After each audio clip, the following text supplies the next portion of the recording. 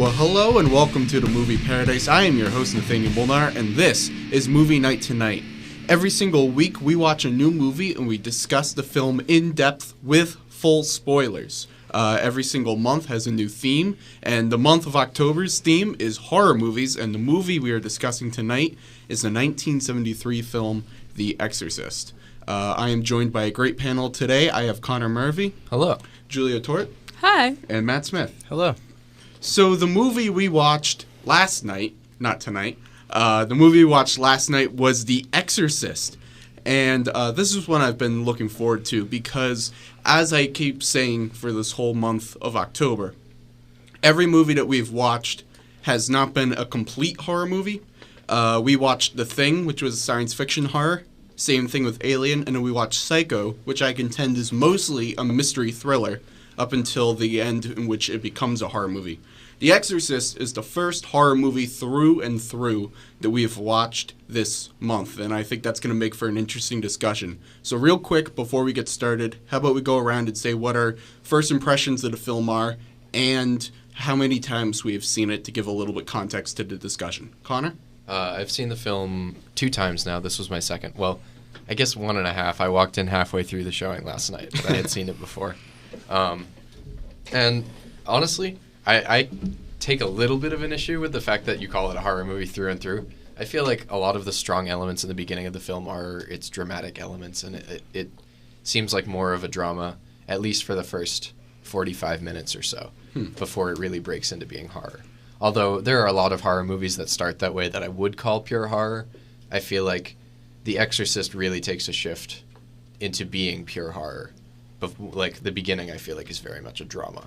And I wouldn't disagree with that. But in your categorization of it not being a horror movie during that part, I will disagree with you. We'll get into that in a few minutes. All right. Julia, what are your first thoughts on the film? So, I love this film. I've always loved this film. I've seen this 7 or 8 times, I'd say. I've watched this a lot, and I've always loved this film. There's not a moment that I don't enjoy in The Exorcist. I think the build-up is fantastic. I think the climax is fantastic, and everything about it. Yeah. Matt? So this is the second time I saw it, the first time being last year when you showed it to me, around the same time of year, funny enough. So this was just more of like a refresher, sort of. I think at this point, all of the events of the movie are like stuck in my head at this point. So yeah, just, good to see it again. Do enjoy it.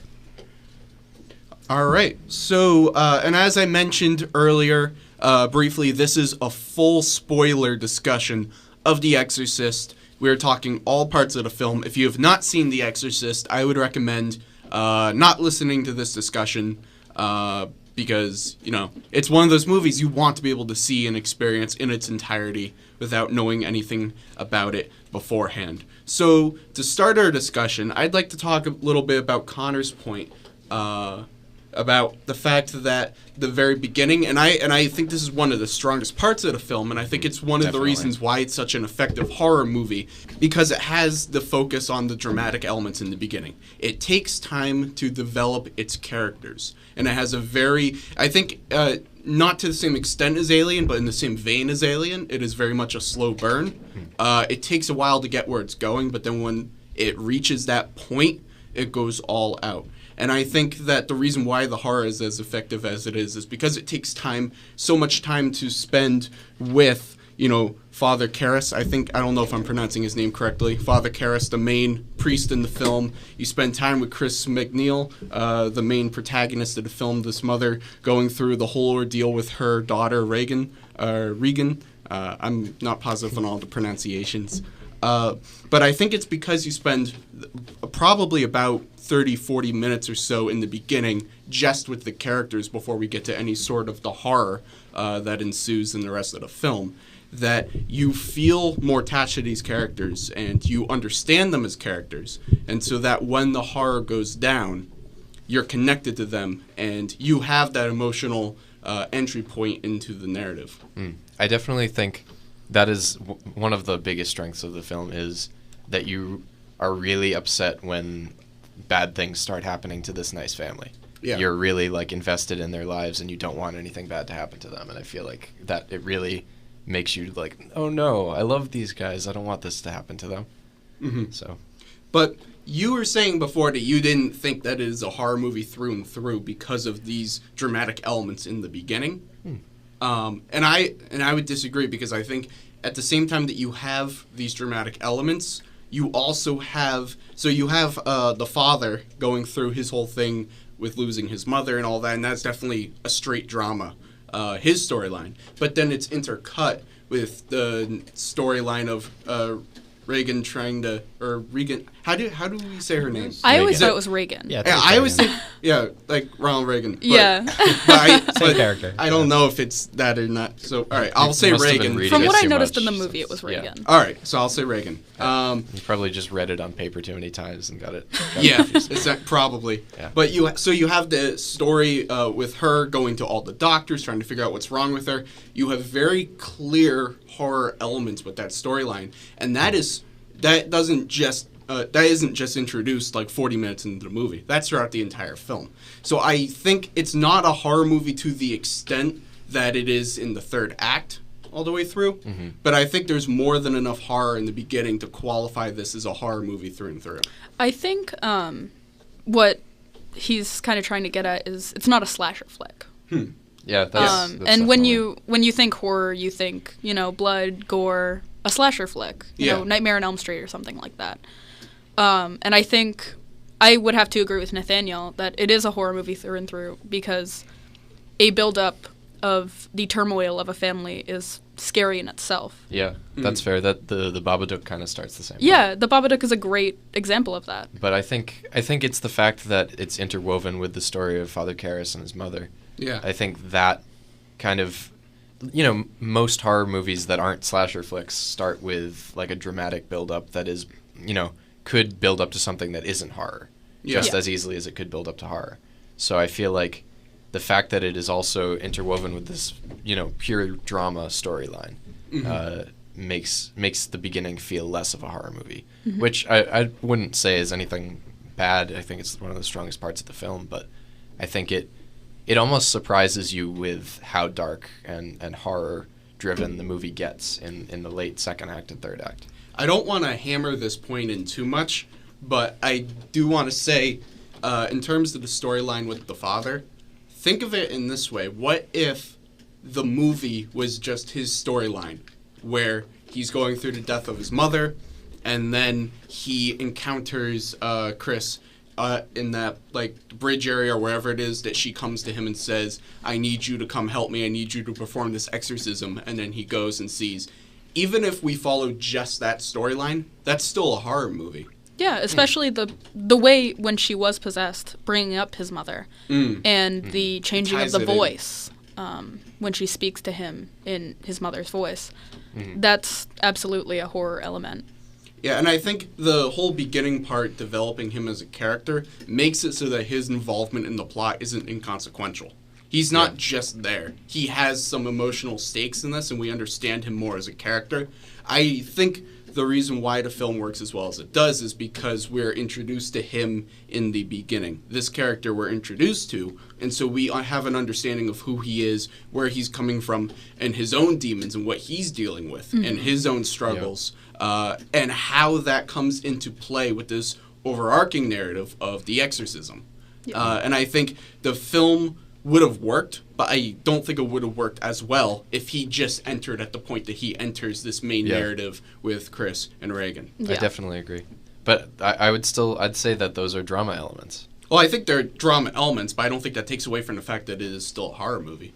I think as much as Psycho is a mystery thriller in the beginning and a horror movie at the end, I would say the same about The Exorcist being a drama in the beginning and a horror movie at the end. But I think you still have those horror elements sprinkled throughout. With Psycho, we just have moments of killing. And for those of you who aren't aware, we're touching upon a discussion we had last week when we discussed Psycho, saying, and I was contending that the movie wasn't a horror movie until, and I won't say what the twist is, in case there are people who don't know, but until the twist at the end, it is not a horror movie, it is a mystery thriller. And then once you have the context of the twist, that's what, in retrospect, makes it a horror movie.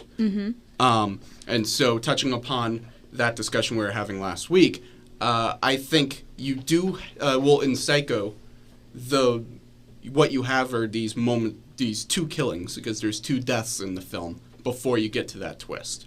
In The Exorcist, you have more than just a murder. You have the bed shaking, you have the projectile vomit, you have some things that I can't say on the air happen in this film. And you have those things that are sprinkled throughout the dramatic element, so it's not just a drama and then like one murder. It's a drama and then this supernatural element. Yeah. So that's why I would personally contend that it is a horror movie through and through. I can definitely see where you're coming from. And I'm not saying you're wrong for thinking the way you think. That's your way to interpret the film. I'm saying that's how I come at it from that point of view. Yeah, that makes sense. I think for me, it's like the difference between this and Psycho is that throughout the whole movie of The Exorcist, even though it's not, what you would think of a horror movie in the beginning, you still get the feeling that something's wrong. Yeah. You know it's a horror movie. You're getting worried at every little thing that happens. Where in Psycho, it just starts completely. It's a complete 180 as opposed to, I feel like Exorcist is more. It's built. The horror is building even though nothing is happening. Just the mere passage of time and seeing these things is enough to get it going. Yeah. I think you're definitely right with that. Especially the mother's decline in her mental health as this happens is certainly a huge aspect of this movie, and definitely adds to the horror as her daughter declines in her general health. Yeah. I notice a big difference though between The Exorcist and a few movies like it, but The Exorcist and other horror movies. I feel like very often horror movies make you feel like you are the characters and you are scared in the same way that they are. The Exorcist, I feel more scared about what's happening to the characters. I never at any point, I don't walk out of The Exorcist afraid to look down a dark hallway the way that I might for other movies like Halloween or Nightmare on Elm Street or anything like that. Yeah. So that's part of the reason that I feel like it leans towards drama a lot more than a lot of other horror movies. I feel like an important part of a lot of horror movies is that you are scared of the antagonist. Yeah, that's a good point. Well, I guess the antagonist would be the demon. Yeah. You could put it as. But I'm not really scared of the demon in The Exorcist. I'm scared that the demon will hurt Reagan. Yeah, I guess you make a fair point there. He's ugly. And I think that's what makes the best horror movies, is that when the horror is rooted through the characters. Because I think if you just have creepy, scary things happen to faceless or just random faces, people you don't really care about, people you don't even know, characters you don't even know by name, you don't even remember what their names are. That's my issue with Friday the 13th. Yeah, it's just a face, and ultimately then you're rooting for the antagonist. And I think certain films can take that and make it their own, and that is what that's what they're going for, is to make a movie where you're rooting for the bad guy. And I think that's a whole separate issue. But I think the best straight horror movies are when you are connected enough to the characters that when stuff happens to the characters, it's exactly what you're saying. You're not so much scared of the demon itself, and I would contend I'm scared of the demon myself. Yeah, I don't like Pazuzu. No. But you're not so much scared about the demon yourself. You're scared of what's going to happen to the characters. Yeah. And I think that's what helps transcend the Exorcist into becoming a really great and classic horror film. I think that point that you just made kind of backs up Connor's point that he initially made, due to the fact that a drama movie would be set up with a protagonist, antagonist, and all that. It goes deeper into its characters, unlike your classic horror movie. Yeah. Although I agree with you that it is mostly straight up horror, that's definitely an argued point for both sides. I heard a great description of horror movies as what's called a body genre, which is you are supposed to feel what the character's feeling. It was an interesting video because it compared horror to pornography because they're both the same. You're trying to feel what the character's feeling. It made some really, really interesting arguments, though, called them both body genres, and I feel like The Exorcist fits a little bit less into that idea of a body genre than other other horror movies. Yeah. You don't get in the mindset of the characters and fear for your own life. You're never. In my case, watching The Exorcist, I'm never worried. Like I don't get scared that the demon's going to do something. I get scared that Reagan's going to not be able to get back out of the demon or something like that. It definitely feels more like a drama, even when it gets scary to me. Yeah, and going back to what I was saying, I think the strongest horror movies are the ones that take those dramatic elements and infuse them with the horror, so that it's ultimately all rooted in the character, or else it's just horror for the sake of horror, just like pornography. Yes, and what's interesting for the sake of pornography. And what's interesting is I've heard even people who are involved in this film describe The Exorcist as a pornographic horror movie. Yeah. And I think that's a very fitting description of what this film is. So let's talk a little bit specifically about the horror. Now, what I think is interesting is kind of bringing it back to Psycho a little bit. If you look at Psycho, which came out in 1960, the level of gore or the disturbing imagery in that film was pushing the envelope in 1960. Did you know that was the first movie to ever show a flushing toilet? No. That was the first ever movie to show a flushing toilet. Wow. That was the only thing I ever got from my mass media class in high school. But so if you take Psycho and what it was doing then, flushing toilets apparently. Yes. Oh, we love flushing toilets around here. Yeah. Flash forward 13 years to what we're seeing in The Exorcist. I mean, some of the stuff that happens in a movie, I'm not convinced you would be able to get away with today. I think some of those things, the studio would say, "Oh, you can't have that scene in there." Yeah. I can't say what it is on the air, but a scene involving a crucifix. Yeah. If you watch the movie, you know. You could not put that on screen today. Yeah, that would definitely have to be like an underground movie. Yeah. But you also don't have to, because once you see The Exorcist, it's permanently ingrained into your brain. Yeah, you're never forgetting that. You're never getting it out of your head. So I think that's interesting that Psycho, with the Marion Crane getting stabbed in the shower, and you see some blood, chocolate syrup, going down the drain. Was it chocolate syrup? It was. I love that. Huge fan, really. Black and white blood was very often chocolate syrup. That's incredible. Think about that next time you watch your next Because I'll keep it in my noggin. It gets the consistency that you want for blood. I know that was Alfred Hitchcock's defense for using chocolate syrup. But it's interesting that is pushing the envelope in 1960, and then flash forward 13 years, and we're getting this crucifix scene in The Exorcist. That's a pretty big jump there. Yeah. And I just think that's really interesting. And I think, Connor, you were talking yesterday after we watched the film, how you kind of thought that there was too much gore. I said gore. That was a very loose, general term. So what did you mean by that, and how would you say that is used too much or to a poor extent of some sorts in The Exorcist? That scene was definitely not what I was talking about. I feel like the disgust and shock value of that scene is done very well and placed very well in the film, despite being an incredibly disturbing scene that I'll never scrub out of my brain. My main complaint with the film is I don't like the vomit. First of all, it obviously makes me uncomfortable, and that's what it's supposed to do. But the consistency and the color of it, and just the way that it comes out of it just reminds me of phlegm.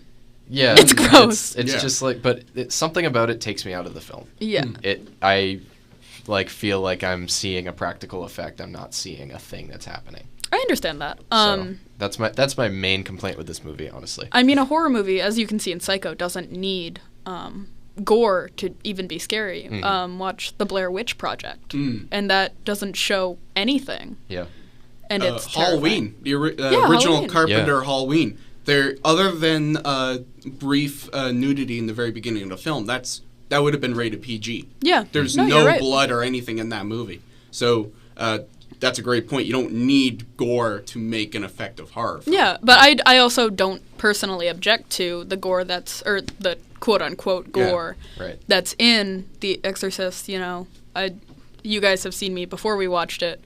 I always joke about the pea soup green vomit. I think it's hilarious. Yeah. And I think personally, I think that vomit, and I get if that takes you out of the film, that takes you out of the film. But for me personally, I think it really adds to it. I think that's such a disgusting thing. Like you're mentioning the phlegm element of it. It's disgusting. And I think it captures that disgustingness, if that's even a word. It captures that so well, and I feel that whenever I see it on screen, I feel that level of disgust in a way that not a lot of other parts of the film make me feel that way. Yeah, the one part of the film that really got me, like my stomach to just turn on itself, was when she spit into the priest's glasses. Yeah. And I was just like, that is absolutely vile. That is disgusting. Exactly. I think a lot of the film makes me feel terror and horror. That makes me feel disgust. And that's a completely different kind of visceral reaction to the film that not many other parts of the film make me feel that way. Yeah. Yep. And it's also all three of those things that you mentioned. I don't know if you did it consciously. There's Stephen King's three types of horror. No, I didn't do that consciously. Yeah, he talks about there being horror, terror, and disgust as the three main types of fear that people can feel. Then that would back up The Exorcist as a fantastic movie because it gives all three. Check, and check. Yeah, exactly. Good Stephen job, King. guys. I think it's horror is like you feel like something bad is going to happen physically that you can see, like you see a child sitting in the middle of the street while a truck is coming. You feel horror for that child. Terror is like uncanny valley.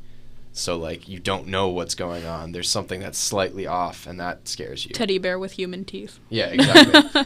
and disgust is pretty obvious. Yeah. Yeah. And those are all fearful reactions that humans can have, and The Exorcist definitely hits all three of those.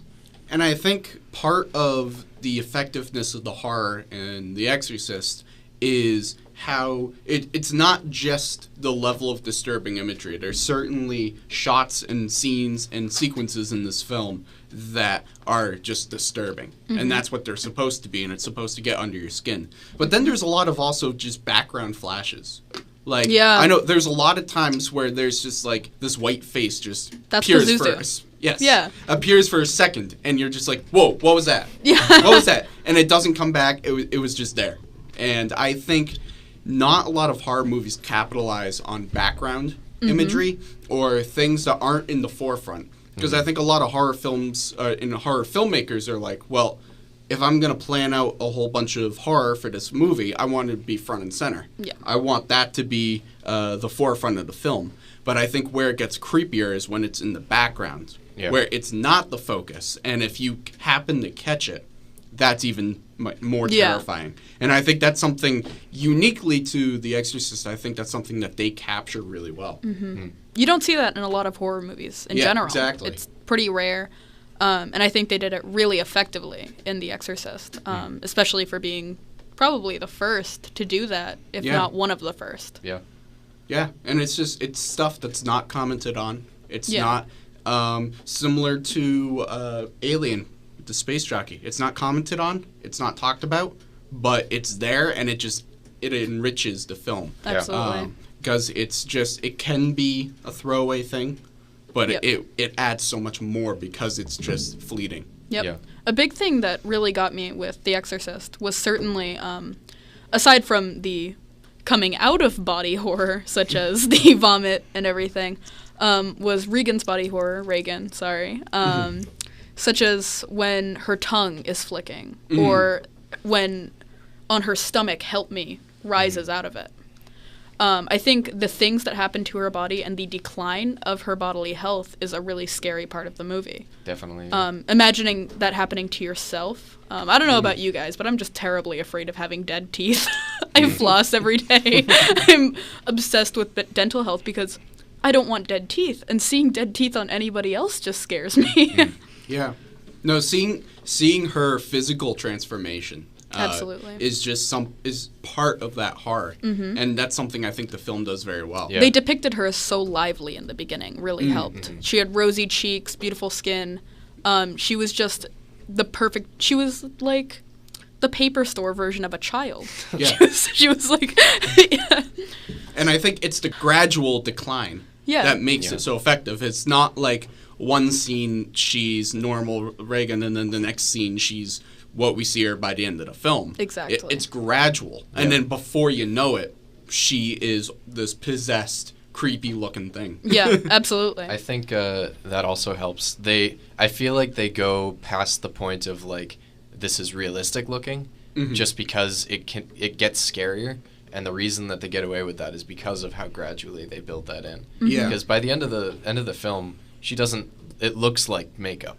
Yeah. Yeah. But the fact that you have been seeing it slowly increase, it doesn't matter. You're still in it. Yeah. On that, I also liked in the end of the film, they still showed that she had healed scars from it on her face, if you look closely, and they looked like healed scars. They looked just like scarred skin.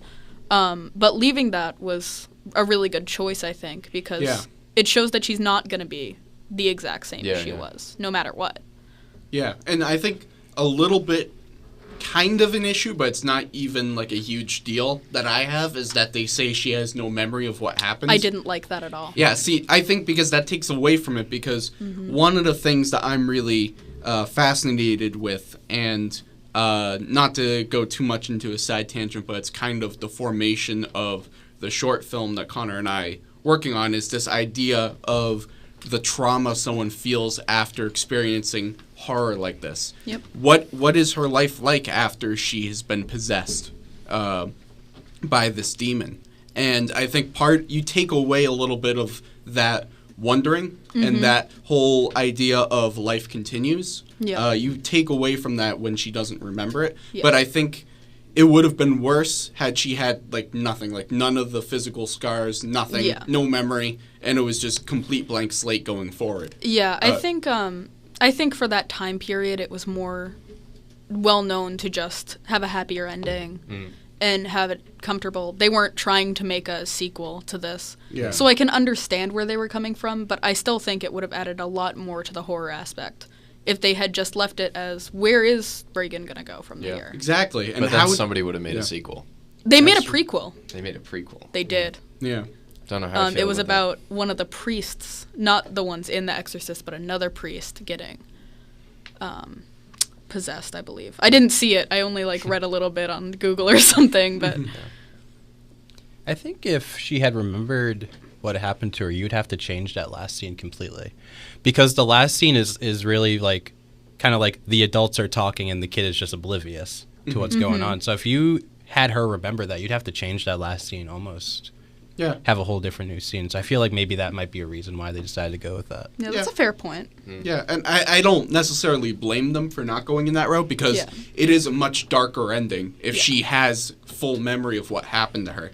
I just think it kind of is too clean of too tidy of a bow that, she has no memory of what happened and she can just go on her path and enjoy her life. And it's like, I'm more interested in what kind of trauma she would feel in the years to come, having experienced that. How does that shape and inform her for the rest of her life? I think that's something I would be thinking about and wondering as I was leaving this film. Yeah. But I think it was a little too neat of a bow, just saying, she doesn't remember. I think seeing her walk out of that house when they were leaving to go to the car, if she were disheveled and clearly shaken from what had happened to her, I think it would have been a lot scarier, because you would have seen the after effects on a human being that you had become attached to. Exactly.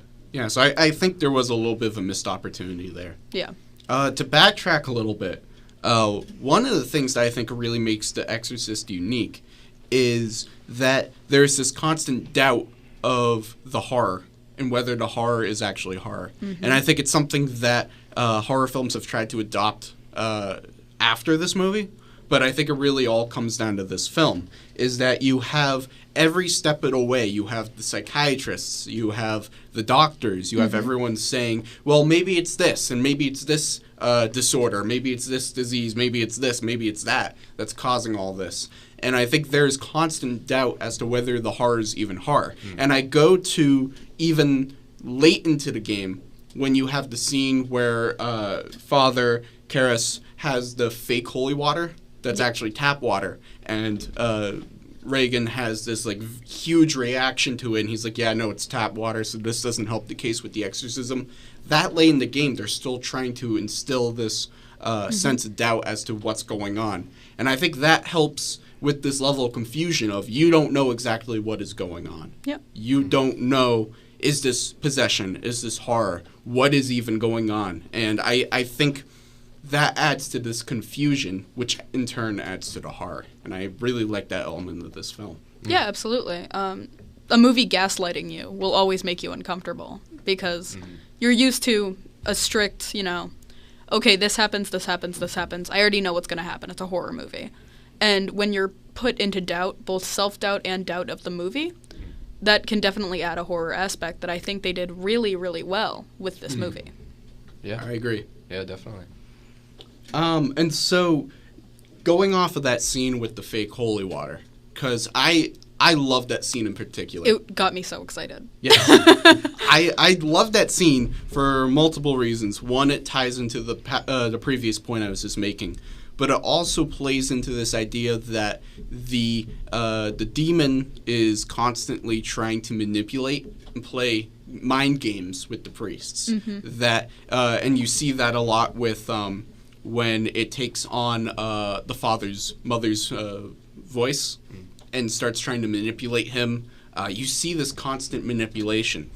And I love the scene with the fake holy water because I ultimately am thinking, what does the demon want? Yep. What is it the demon's trying to get? And the demon doesn't want the exorcism to happen. And the demon is constantly trying to instill this doubt. And so once going off of the previous point, as you make your way through the film, you realize that this sense of doubt that there has been as to whether or not there's a possession or horror is coming ultimately from the demon itself. That the demon wants there to be this sense of doubt. The demon doesn't want there to be a certainty. And so when you get to the scene with the fake holy water, my takeaway is that the demon knows that it's not real holy water, and that the demon is purposely acting to try to instill this doubt and instill this uncertainty on everybody. Yeah. And I think that adds so much more to it because then the demon almost has is a character of its own. Yeah. In a lot of horror movies, the horror is horror. Yeah. The horror doesn't necessarily have characteristics unique to itself. Yeah, absolutely.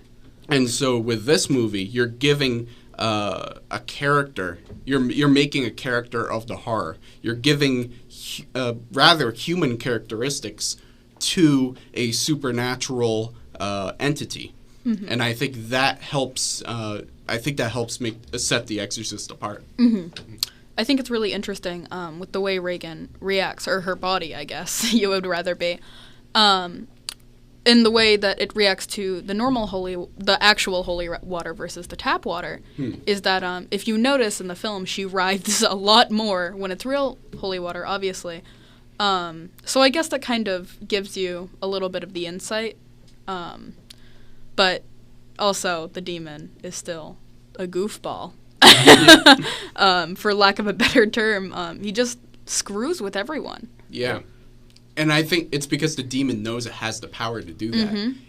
It knows that it holds all the cards. Yeah. And so when you have when the dresser door comes out and the father says, "Did you do that?" And the demon says yes, and he says, "Do it again." And he's like, "In due time." Yeah. The demon knows that he can play these games and instill this doubt. And I think that just makes the character of the demon all the more interesting. And I don't think in a lot of horror movies, if this movie was made today, I don't think we would be talking about the character of the demon. Yep. The demon would be the demon. Yeah. It would just be the horror. Yeah, I think a manipulation aspect is really big in in a horror movie, such as I was talking about before, gaslighting. This demon is manipulative. That's the big aspect of its character, of its entire persona, is that it manipulates anything that it's with. And I think that adds so much because we as people fear manipulation more than a lot of things. To not have our own thoughts, to not be able to work with our own thoughts is terrifying, and to have self-doubt is scary. The idea that a demon could give a compulse, that wouldn't be the correct term, would give us compulsion to not listen to ourselves would be terrifying. And I think it adds a whole lot to the horror aspect in itself. Yeah. That's a really good point. So I do want to talk about the third act of this film, because I think we've talked about the most of the first act and into the second act is this whole drama with elements of horror. A good amount of the second act is we see an increase in the horror, and we see the fathers trying to decide what they need to do. The third act is when we actually get the exorcism. And I think I'm always surprised by how long the exorcism actually is in the film.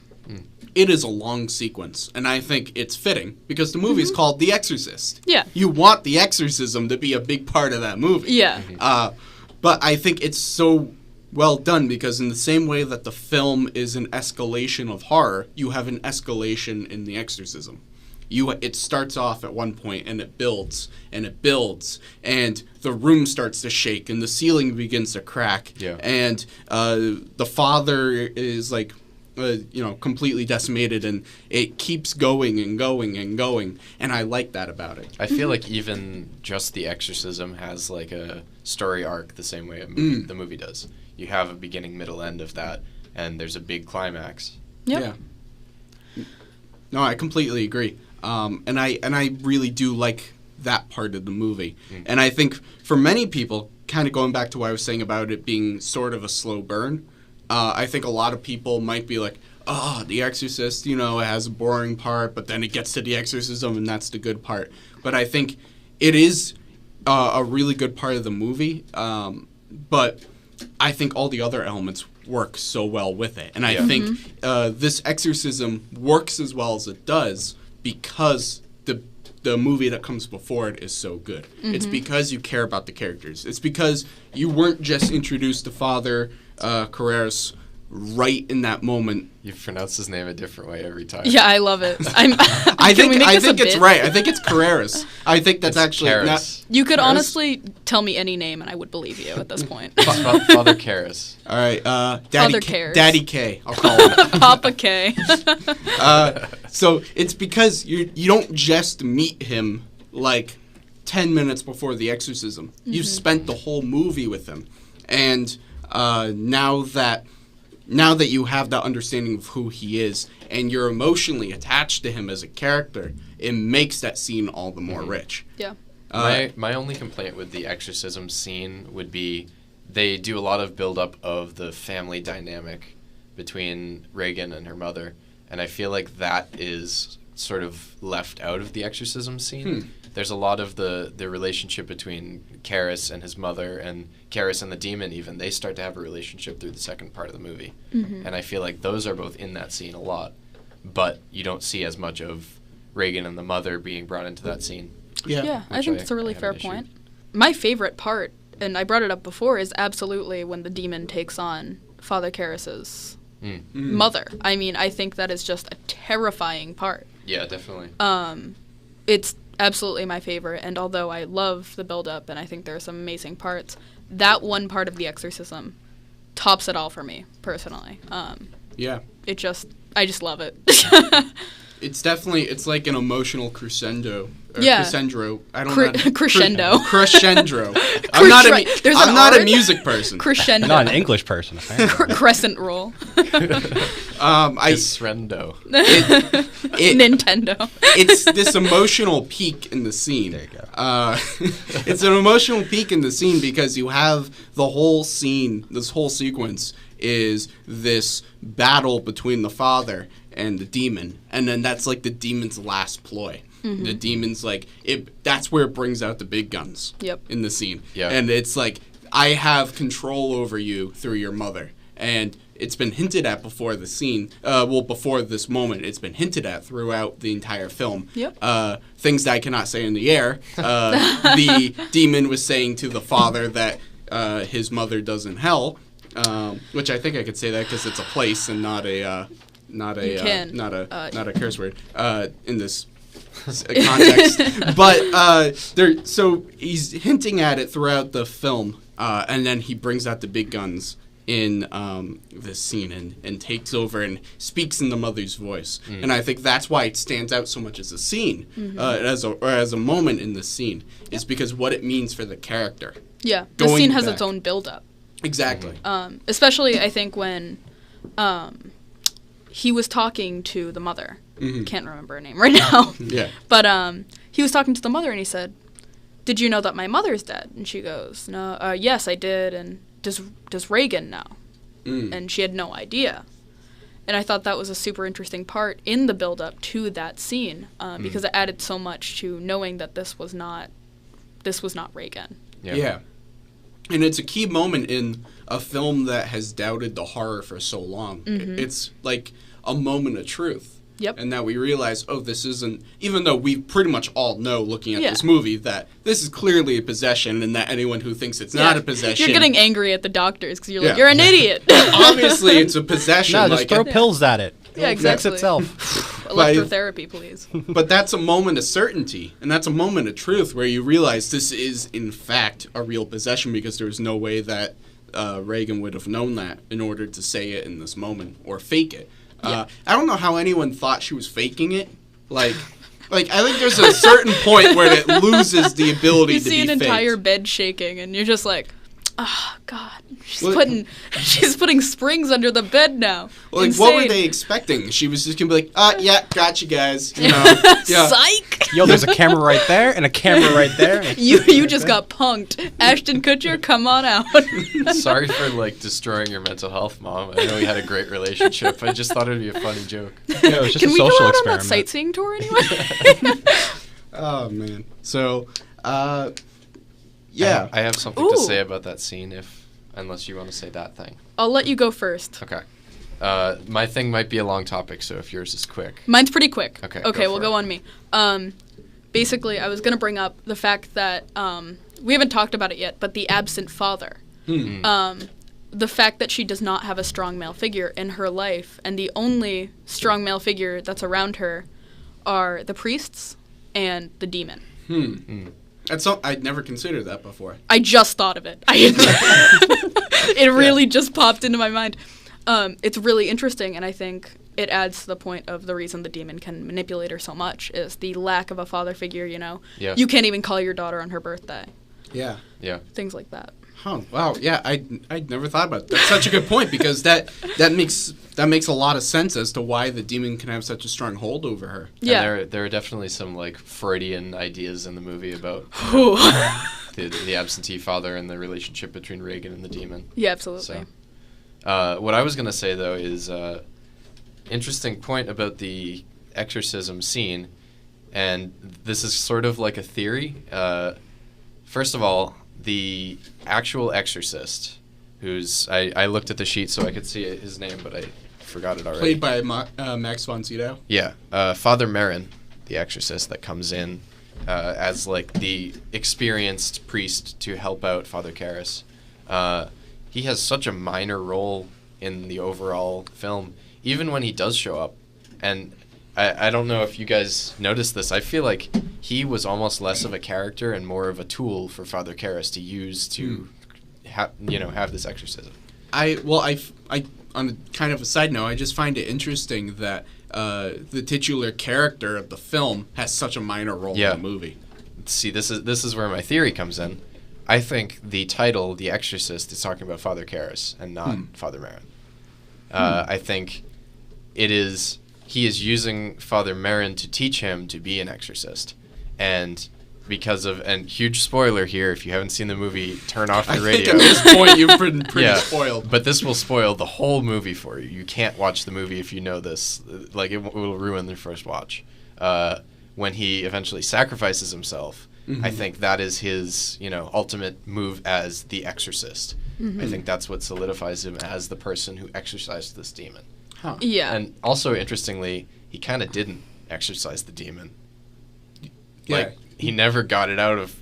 I mean, I don't think that's what He exorcism didn't get means. rid of the demon. He just moved it into himself. He didn't Yeah, I meant remove to it from bring the up- body, he just transferred it. That exactly. And that was that when he was dead and someone was holding his hand and his fingers kept moving. Mm-hmm. I didn't like that. I liked it, but I hated watching it. I hated seeing his gross fingers, all gray and scratched up, moving. But I thought it was super interesting because obviously the demon was inside of him, but he was dead. Yeah. Yeah. It also, I noticed in that shot that the makeup they used on his fingers was really similar to the makeup on Reagan's face near the end of the film. Yeah. They really tried to make her look like she was dead, I feel like. Yeah. Or Which she was was- rotting. Yeah, Yeah. and then the day after, which was kind of weird to me, she was just kind of, I'm fine. Yeah. Having a good. Yeah. Kind of going back to what we were saying before with how kind of, it was too neat of a bow to tie it Yeah. all up with. Yeah, it's definitely too happy of an ending for my personal taste. Yeah. I Yeah, wanted we're to not be we're not we're not depressed. in a Disney movie right now. I wanted to be really upset after this movie, Yeah, and, and like, I if was I- kind of happy. If I don't lay down in bed and feel like I have to toss and turn at night, upset about this young child's turmoil, I'm not interested in the movie. Exactly. I want to be emotionally distraught. Yeah. That's what I'm looking for with this movie. Yeah, exactly. I want to feel like someone spit in my Cheerios. With the vomit. Yeah, pea soup green Cheerios. That's what they were coming out with. Exorcist sponsored. Side note, I used to have Hershey's chocolate syrup that was Hulk themed, so it was green. And No way. it was like a little bit darker, but it was pretty close to that Would color. you Did you pour- make chocolate milk with it? Yeah. Would you pour it on priests? If I In your spare time, of course. He was known as a domestic terrorist for churches everywhere. I got banned from like 3 in my hometown. Only 3? This Wow. just in. Rookie Catholics hate him. Find out why. All right. So, to bring our discussion to a close, I'd like to go around real quick and say our final thoughts, final points on The Exorcist, starting with Connor. I think is a good movie. I think I got out of it what I was intended to get out of it, which is, that's what a movie is supposed to do. And it definitely makes me very uncomfortable, and it's supposed to. Sometimes I take issue with that in the movie. Mostly, I think it's a very good movie. Okay. Julia? I love this movie. The only movie that I love more than this movie is The Shining. And, I'm just really proud of myself for bringing up the father point. I just feel so much pride in myself. But I love this movie. I'm going to watch it countless more times. Yes. Probably in the next week. Just digging deeper, I think this was a really great pick from you. I almost knocked over these CDs. Thank you. And, people on the air, come on, if you haven't watched it, watch it. You already basically watched the movie by listening to us. How can we do a horror movie month without having The Exorcist? Exactly, it's classic. When you think horror, you think pea soup green. Yeah. For a movie that is classified as the scariest movie of all time, Yeah. it's got to be talked about. Before we finish, have we talked about all the insane stuff that happened on the set? We have not, but there's some... I almost swore. Guys, There's we some don't have the stuff. time to talk about it, but just look it up. There's countless YouTube conspiracy videos on it. Yeah. I also, just brief side note, there's a song by a band called Sun Kill Moon, and it's very much like spoken word storytelling kind of music. It's not spoken word, but It's Hobo Johnson.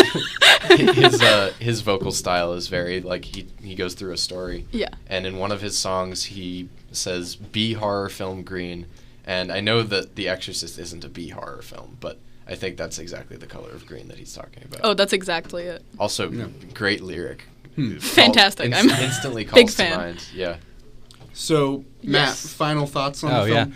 I'd say overall, watching it a second time, I got the same very rewarding feeling from the last act. Like, it's like you said, it's very slow the whole time, and I feel like since whether you liked it or not, you sat through this whole movie, and then you're just rewarded at the end with them just going all out with the horror and the effects. So I think overall that's probably my favorite part, just the feeling of it just all coming to an end and coming to an end in such a strong way. Yeah. It's probably my favorite part of the movie. And my final thoughts, I really like this movie a lot. I'd say it's one of my favorite horror movies. I think it has very effective horror in the film, and it does that through the dramatization at the beginning, and you have characters, and the fact that it takes time to develop its characters it roots to horror in something, and so it has more meaning, and it's not horror for the sake of horror. And I think, and then when you do get to the horror is terrifying. Oh yeah. And I think there are very few horror movies that actually can go toe to toe with what happens in this film, just from just how disturbing it is to the gore to just how creepy and unsettling it is and what it means for the characters. So I've never seen an exorcism movie that is as effective as The Exorcist. You know, all those like Netflix originals. Yeah, they just don't do it.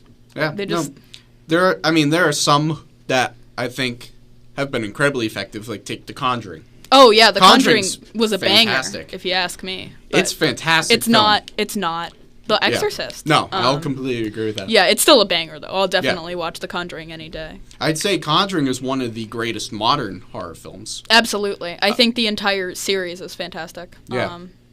I hate the Insidious movies. I'd just like to say that. I've never seen them, to be honest. I'm assuming it's not worth checking out. A lot of people really like them. I just think they're corny. But that's just me, and I'm overly critical of anything and everything. For all you astrology people out there, which I'm not one of you, I'm a Virgo. So I'm your host, Nathanael Molnár. Thank you so much for listening to this show. Movie Night Tonight, you can find us on our social medias at Movie Night TNT. Not the full tonight TNT. So search that on your Facebook, on your Twitter, on your Instagram, and you can find out more information about Movie Night Tonight. All of our previous episodes up there. You can find them there at Movie Night TNT. So thank you for listening. Next week we're talking about the John Carpenter classic Halloween. We're doing that show on October 31st on actual Halloween. That's going to be a fun one. I'm very much looking forward to that. So tune in next Wednesday, 8 p.m. for our spoiler discussion of John Carpenter's Halloween from 1978. So for everyone listening, thank you, and we'll see you next week. Later. Bye.